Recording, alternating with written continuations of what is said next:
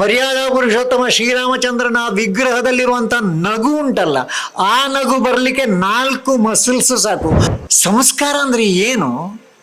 ಮಕ್ಕಳಿಗೆ ಕಲಿಸಿಕೊಟ್ರೆ ಬರ್ತದೆ ಅಂತ ಹೇಳೋದಕ್ಕೆ ಒಂದು ಉದಾಹರಣೆ. ಮಹಾಭಾರತದಲ್ಲಿ, ಭಗವದ್ಗೀತೆಯಲ್ಲಿ ಅಲ್ಲಲ್ಲಿ ಜೀವನ ಮೌಲ್ಯಗಳು. ಕುಮಾರ ವಿಶ್ವಾಸ್ ಅಂತ ಹೇಳುವರೊಬ್ಬರು, ರಾಮಕಥೆ ಹೇಳುವವರೊಬ್ಬರು, ಕೃಷ್ಣ ಕಥೆ ಹೇಳುವವರು ಅದ್ಭುತವಾಗಿ ಮಾತನಾಡ್ತಾರೆ. ಅವರು ಒಂದು ದಿವಸ ಹೇಳಿದರು, ನನ್ನ ಜೀವನದಲ್ಲಿ ಈ ಪ್ರವಚನ ಮಾಡಲಿಕ್ಕೆ ಪ್ರಾರಂಭ ಮಾಡಿದ್ದು ನನಗೆ ಸಾರ್ಥಕತೆ ಸಿಕ್ಕಿತು ಅದರಲ್ಲಿ ಅಂತ. ಏನು ಅಂತ ಹೇಳಿದರೆ ಅವರು ಹೇಳ್ತಾರೆ, ಅವರ ಪ್ರವಚನ ಕೇಳಲಿಕ್ಕೆ ಬಂದಂತಹ ಒಬ್ಬ ವ್ಯಕ್ತಿ, ಅವರಿಗೂ ಅವರ ಅಣ್ಣನಿಗೂ ಕೋರ್ಟ್ನಲ್ಲಿ ಕೇಸು ಉಂಟು 40 ವರ್ಷಗಳಿಂದ. ಆ ಅಣ್ಣ ತಮ್ಮಂದಿರಿಗೆ ಮದುವೆಯಾಗಿ ಮಕ್ಕಳಾಗಿ, ಆ ಮಕ್ಕಳಿಗೆ ಮದುವೆಯಾಗಿ, ಅಂದರೆ 3 ಪೀಳಿಗೆಯವರು ಒಂದೇ ಮನೆಯಲ್ಲಿದ್ದಾರೆ. ಆದರೆ ಪರಸ್ಪರ ಅಣ್ಣ ತಮ್ಮಂದರಲ್ಲಿ ಹೋಗಿ ಬರೋದಿಲ್ಲ. ಅವರು ಆ ಸಭೆಗೆ ಕುಮಾರ ವಿಶ್ವಾಸರವರ ರಾಮಕಥೆ ಕೇಳಲಿಕ್ಕೆ ಬಂದ ದಿವಸ, ಆ ದಿವಸ ಯೋಗದಿಂದ ಭರತನ ಕಥೆ ಇತ್ತು. ಆ ಭರತನ ಕಥೆಯನ್ನು ಹೇಳ್ತಾರೆ ಅವರು. ಆ ಭರತನ ಕಥೆಯನ್ನು ಹೇಳುವಾಗ ಎದುರು ಕೂತ್ಕೊಂಡವರ ಕಣ್ಣಲ್ಲಿ ನೀರು ಬರ್ತಾ ಇತ್ತು. ಜಗತ್ತಿನ ಯಾವುದೇ ಸಾಹಿತ್ಯದಲ್ಲಿ ಮಾಡದ ತಪ್ಪಿಗೆ ಪಶ್ಚಾತ್ತಾಪ ಪಡುವಂಥ ಯಾವುದಾದ್ರೂ ಒಬ್ಬ ವ್ಯಕ್ತಿ ಇದ್ದಾನ?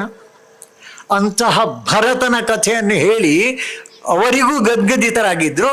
ಅದನ್ನು ಕೇಳಿದಂತಹ ಈ ತಮ್ಮ ಮರುದಿವಸ ಇಡೀ ಮನೆಯವರನ್ನು ಕರ್ಕೊಂಡು ಅಣ್ಣನ ಪದತಳದಲ್ಲಿ ಸಾಷ್ಟಾಂಗ ಪ್ರಣಾಮ ಮಾಡಿ ಹೇಳಿ, ನಮ್ಮ ಕೋರ್ಟ್ ಕೇಸ್ ಇಲ್ಲ, ನಾವು ತಪ್ಪು ಮಾಡಿದ್ದೇವೆ, ಇನ್ಯಾವುದು ಬೇಡ, ನೀನು ಏನು ಕೊಡ್ತೀಯ ನನಗೆ ಅದು ಸಾಕು ಅಂತ ಹೇಳಿ ಅದನ್ನು ಪತ್ರವನ್ನು ಕುಮಾರ ವಿಶ್ವಾಸಿ ಕಳಿಸಿಕೊಟ್ರು.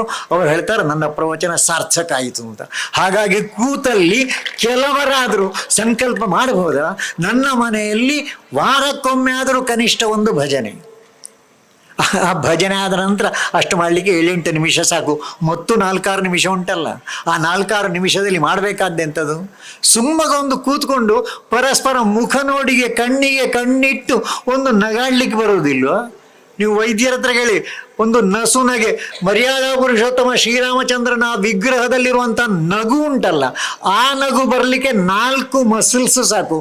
ಮುಖ ಸೊಟ್ಟಾಗಲಿಕ್ಕೆ 25 ಮಸಲ್ಸ್ ಬೇಕು. ಆದರೂ ಮಾಡ್ತೇವಲ್ಲ, ಯಾಕೆ? ನಮ್ಮ ಮಕ್ಕಳ ಜೊತೆ ಕೂತ್ಕೊಂಡು ಇದನ್ನು ಚರ್ಚೆ ಮಾಡಬಹುದಲ್ಲ? ಚರ್ಚೆ ಮಾಡೋದು ಮಾತ್ರ ಅಲ್ಲ, ಒಳ್ಳೊಳ್ಳೆ ಕಥೆಗಳನ್ನು, ಘಟನೆಗಳನ್ನು ಹೇಳಬೇಕು. ಸಂಸ್ಕಾರ ಅಂದರೆ ಏನು? ಮಕ್ಕಳಿಗೆ ಕಲಿಸಿಕೊಟ್ರೆ ಬರ್ತದೆ ಅಂತ ಹೇಳೋದಕ್ಕೆ ಒಂದು ಉದಾಹರಣೆ. ಒಬ್ಬ ವ್ಯಕ್ತಿ ಒಂದು ಮನೆಗೆ ಹೋಗಿದ್ದರು. ಮನೆಗೆ ಹೋಗಿ ಬಂದ ನಂತರ ಅವರ ಸ್ನೇಹಿತರಲ್ಲಿ 10 ಜನರ ಹತ್ರ ಹೇಳಿದರು, ಆಶ್ಚರ್ಯ ಆಗ್ತದೆ, ನಮ್ಮ ದೇಶದಲ್ಲಿ ಇಂಥ ಮನೆಗಳು ಇದೆಯಲ್ಲ ಅಂತ. ಏನಪ್ಪ ಅಂತ ಹೇಳಿದರೆ ಅವರು ಹೇಳಿದ್ದು, ಅವರು ಒಂದು ಮನೆಗೆ ಮಧ್ಯಾಹ್ನ 11:30 ಗಂಟೆಗೆ ಹೋಗಿದ್ರು, ಬಿಸಿಲು. ಆ ಮನೆಯಲ್ಲಿ ಯಾರು ಇರಲಿಲ್ಲ, 4ನೇ ಕ್ಲಾಸಿನ ಒಬ್ಬಳು ಹೆಣ್ಣು ಮಗಳು ಮಾತ್ರ ಇದ್ದದ್ದು. ಇವನನ್ನು ನೋಡಿ ದೊಡ್ಡ ತಂಬಿಗೆಯಲ್ಲಿ ನೀರು ತಂದು ಕೊಟ್ಲು. ಇವನಿಗೆ ಯಾಕೆ ಅಂತ ಅರ್ಥ ಆಗಲಿಲ್ಲ. ಅವಳೇ ಹೇಳಿದ್ಲು, ಕೈ ಕಾಲು ಮುಖ ತೊಳ್ಕೊಂಡು ಒಳಗೆ ಬನ್ನಿ ಅಂತ. ಒಳಗೆ ಬಂದರು. ಒಳಗೆ ಬರುವಾಗ ಚಾಪೆ ಹಾಸಿಟ್ಟಿದ್ಲು. ಎದುರು ಬಿಸಿ ನೀರು, ತಣ್ಣೀರು, ಒಂದು ಲೋಟ, ಮತ್ತೆ ಬೆಲ್ಲದ ತುಂಡುಗಳಿರೋ ಒಂದು ಸಣ್ಣ ಪಾತ್ರೆ. ಹೇಳಿದ್ಲು, ಇದು ಬಿಸಿನೀರು, ಇದು ತಣ್ಣೀರು, ನಿಮಗೆ ಯಾವುದು ಬೇಕೋ ತಗೊಳ್ಳಿ, ಬೆಲ್ಲ ಉಂಟು, ಬಾಯಾರಿಕೆ ಕುಡಿಯಿರಿ ಅಂತ. ಬಾಯಾರಿಕೆ ಕುಡಿದ್ರು. ಆಮೇಲೆ ಆ ಮಗು ಹೇಳಿತಂತೆ, ನಮ್ಮ ಅಪ್ಪ ಅಮ್ಮ ಇಲ್ಲ ಮನೆಯಲ್ಲಿ, ಅವರು ಬರಬೇಕಾದ್ರೆ 12:30 ಗಂಟೆ ಆದೀತು, ನಿಮಗೆ ಸಮಯ ಇದ್ದರೆ ಕೂತ್ಕೊಳ್ಳಿ, ಇಲ್ಲದ್ರೆ ಏನು ಬಂದದ್ದು ಅಂತ ಹೇಳಿದರೆ ನಾನು ಅಪ್ಪ ಅಮ್ಮನ ಹತ್ರ ಹೇಳ್ತೇನೆ ಅಂತ. ಅವರಿಗೆ ಒಂದು ಆಮಂತ್ರಣ ಕೊಡಲಿಕ್ಕಿತ್ತು, ಅದನ್ನು ಕೊಟ್ಟರು. ಕೊಡಬೇಕಾದ್ರೆ ಅವರ ಕಣ್ಣಲ್ಲಿ ಒಂದು, ಅವರ ಗದ್ಗದಿತರಾಗಿ, ನಿನ್ನ ಅಪ್ಪ ಅಮ್ಮನಿಗೆ ನನ್ನ ಸಾಷ್ಟಾಂಗ ಪ್ರಣಾಮ ಹೇಳಮ್ಮ, ಅಷ್ಟು ಹೇಳಿದ್ದೇನೆ ಅಂತ ಈ ಪತ್ರ ಕೊಡು ಅಂತ ಹೋದರು. ಆ ಘಟನೆಯನ್ನು ಹೇಳಬೇಕಾದ್ರೆ ಅವರಿಗೆ ನೆನಪಾಗ್ತಿತ್ತು. ಅಂತಹ ಮಕ್ಕಳಿಗೆ ಸಂಸ್ಕಾರ ಕೊಡುವ ಮನೆಗಳು ಇನ್ನೂ ಇದೆಯಲ್ಲ. ನಮ್ಮ ಮನೆಯಲ್ಲಿ ಅಂಥ ಸಂಸ್ಕಾರದಲ್ಲಿ ಒಂದು ಭಾಗ ಆದರೂ ಬರಬೇಕು ಬೇಡ? ಯೋಚನೆ ಮಾಡಬೇಕಾದ ಕಾಲಘಟ್ಟದಲ್ಲಿದ್ದೇವೆ ನಾವು. ನಮ್ಮ ಕುಟುಂಬ ಆ ಎತ್ತರಕ್ಕೆ ನಮ್ಮನ್ನು ತೆಕ್ಕೊಂಡು ಹೋಗಬೇಕು. ಹಾಗೆ ನಮ್ಮ ಮನೆಯ ಊಟ, ಇವತ್ತು ಊಟ ಎಲ್ಲಿ ಮಾಡುತ್ತೇವೆ ಅಂತ ಕೇಳಿದ್ರೆ ಏನು ಹೇಳ್ತೇವೆ ನಾವು? ಟಿವಿಯ ಮುಂದೆ. ಊಟ ಅಂದರೆ ಎಂಥದ್ದು? ಊಟ ಅಂದರೆ ಒಂದು ಯಜ್ಞ, ಒಂದು ಪೂಜೆ. ಹಾಗಾಗಿ ಈ ಭಜನೆ ಆಗಿ 15 ನಿಮಿಷ ಕೊಟ್ಟಿದ್ರಲ್ಲ, ಇನ್ನೊಂದು 15 ನಿಮಿಷ ಸೇರಿಸಿದರೆ ಅರ್ಧ ಗಂಟೆಯಲ್ಲಿ ಭಜನೆ ಮತ್ತು ಭೋಜನ 2 ಒಟ್ಟಿಗೆ ಮಾಡಬಹುದು. ಆ ಭೋಜನದಲ್ಲಿ ಎಲ್ರಿಗೂ ಬಡಿಸಿ ಆದ ನಂತರ ಕೈ ಜೋಡಿಸಿ ಅನ್ನಪೂರ್ಣೆ ಸದಾಪೂರ್ಣೆ ಶಂಕರ ಪ್ರಾಣವಲ್ಲಭೆ ಜ್ಞಾನ ವೈರಾಗ್ಯ ಸಿದ್ಧಾರ್ಥಂ, ಆಮೇಲೆ ಆ ಭಿಕ್ಷೆ ತೆಕ್ಕೊಳ್ಬಹುದಲ್ಲ. ಅದಕ್ಕೋಸ್ಕರ ನಮ್ಮ ರಾಷ್ಟ್ರೀಯ ಸ್ವಯಂ ಸೇವಕ ಸಂಘ ಹಿಂದೂ ಸಮಾಜೋತ್ಸವಗಳಲ್ಲಿ 5 ಪರಿವರ್ತನೆಗಳ ಬಗ್ಗೆ ಚರ್ಚೆ ಮಾಡಬೇಕು ಅಂತ ಹೇಳಿದ್ರಲ್ಲಿ 1ನೇ ಪರಿವರ್ತನೆ ಅದು. ಕೌಟುಂಬಿಕ ವ್ಯವಸ್ಥೆ ಸಂಸ್ಕಾರ ಕೊಡುವ ಕಡೆಗೆ, ಸಂಸ್ಕೃತಿಯನ್ನು ಅರಳಿಸುವ ಕಡೆಗೆ, ಜೀವನ ಮೌಲ್ಯಗಳನ್ನು ಅರಳಿಸುವ ಕಡೆ ಕೊಡಬೇಕು. ನಾವು ಹೀಗೆ ವಾರಕ್ಕೊಮ್ಮೆ ಕೂತ್ಕೊಂಡಾಗ ಈಗ ತಾನೇ ಉಲ್ಲೇಖ ಆಯಿತು, ನಮ್ಮ ಯಮ ನಿಯಮಾದಿಗಳು, ಯೋಗ ಎಂಬುದು ಇವತ್ತು ವಿಶ್ವದಲ್ಲಿ ಸ್ವೀಕಾರಾರ್ಹವಂಥ ಒಂದು ವಿಷಯ ಆಗಿಬಿಟ್ಟಿದೆ. ಯುನೈಟೆಡ್ ಸ್ಟೇಟ್ಸ್ನಲ್ಲಿ ಅದನ್ನು ಪ್ರಸ್ತಾಪ ಮಾಡಿದಾಗ ಆಶ್ಚರ್ಯ ಆಗ್ತದೆ.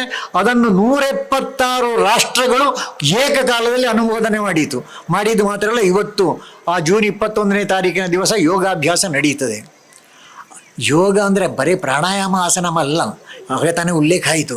ಯಮ ನಿಯಮ ಅಂದರೆ ಕೇವಲ ಜೀವನ ಮೌಲ್ಯಗಳು, ಒಂದು ಸಾಮಾಜಿಕ ಜೀವನ ಮೌಲ್ಯಗಳು, ಇನ್ನೊಂದು ವೈಯಕ್ತಿಕ ಜೀವನ ಮೌಲ್ಯಗಳು. ಅದನ್ನು ವಿವರಿಸಲಿಕ್ಕೆ ಹೋಗುವುದಿಲ್ಲ ನಾನು. ಮಹಾಭಾರತದಲ್ಲಿ, ಭಗವದ್ಗೀತೆಯಲ್ಲಿ ಅಲ್ಲಲ್ಲಿ ಜೀವನ ಮೌಲ್ಯಗಳು. ಭಗವದ್ಗೀತೆಯನ್ನು ಕಂಠಪಾಠ ಮಾಡಿಸಬೇಕು.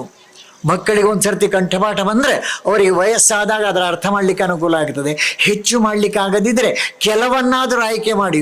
12ನೇ ಅಧ್ಯಾಯದ ಕೊನೆಯ 8 ಶ್ಲೋಕಗಳು, ನಮ್ಮೊಬ್ಬರು ಹಿರಿಯರು ಅದನ್ನು ಹೇಳಿದರು, ಅಮೃತ ಅಷ್ಟಕ ಅಂತ. ಆ 8 ಶ್ಲೋಕಗಳನ್ನು ಕಂಠಪಾಠ ಮಾಡಿಸ್ಲಿಕ್ಕೆ ಬರುವುದಿಲ್ಲ ನಮಗೆ. 16ನೇ ಅಧ್ಯಾಯದ ಪ್ರಾರಂಭದ 2.5 ಶ್ಲೋಕಗಳು ಜೀವನ ಮೌಲ್ಯಗಳೇ ಇರುವುದು ಅದರಲ್ಲಿ. ಅಂಥ ಜೀವನ ಮೌಲ್ಯಗಳು ಭಗವದ್ಗೀತೆಯ ಪ್ರಾರಂಭದಿಂದ ಕೊನೆಯವರೆಗೆ ಅಲ್ಲಲ್ಲಿ ಬರ್ತದೆ. ನಮ್ಮ ಮನೆಯಲ್ಲಿ ಭಗವದ್ಗೀತೆಯ ಪಾಠ ಪ್ರಾರಂಭ ಆಗಬೇಕು ಬಿಡು. ಹಾಗಾಗಿ ಭಜನ್ ಭೋಜನ್ ಈ ರೀತಿಯ ಇನ್ನಷ್ಟು ವಿಡಿಯೋಗಳು ನಿಮಗೆ ಸಿಗಬೇಕೇ? ಹಾಗಾದ್ರೆ ಈಗಲೇ ನ್ಯೂಸ್ ಮಲ್ನಾಡ್ ಚಾನೆಲ್ನ ಸಬ್ಸ್ಕ್ರೈಬ್ ಆಗಿ, ಕೆಳಗಿರೋ ಸಬ್ಸ್ಕ್ರೈಬ್ ಬಟನ್ ಮೇಲೆ ಕ್ಲಿಕ್ ಮಾಡಿ ಉಚಿತವಾಗಿ ಸಬ್ಸ್ಕ್ರೈಬ್ ಆಗಿ.